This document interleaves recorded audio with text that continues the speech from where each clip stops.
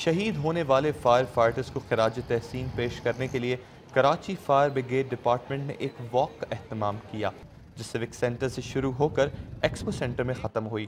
Walk کے اختتام پر ایک تقریب کا اہتمام بھی کیا گیا۔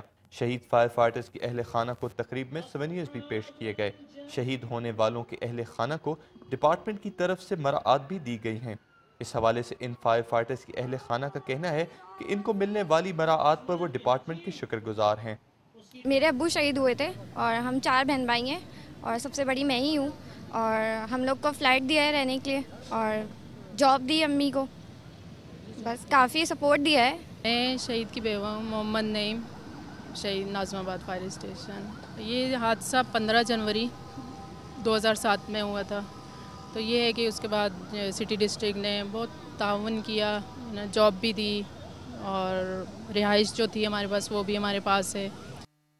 پاکستان میں فائر فائٹرز کو مناسب سہولیات نہ ہونے کے ساتھ ساتھ کسی قسم کی طبی سہولیات کا نہ ہونا انتہائی تشویش کی بات ہے۔ طبی سہولیات کے حوالے سے چیف فائر فائٹر نے بھی عدم اطمینان کا اظہار کیا۔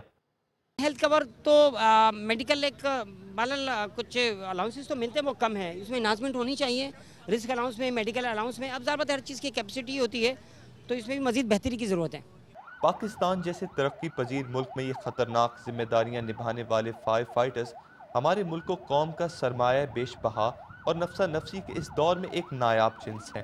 وسائل کی ڈوبتی نبضیں اکثر ان کی سانسوں کا رشتہ بھی توڑ دیتی ہیں۔ ضرورت اس بات کی ہے کہ نہ صرف فائر فائٹرز کو جدید آلات سے آراستہ کیا جائے بلکہ ساتھ ساتھ طبی سہولیات بھی فراہم کی جائیں۔ Abdul Qadir Sabri, Dawn News, Karachi.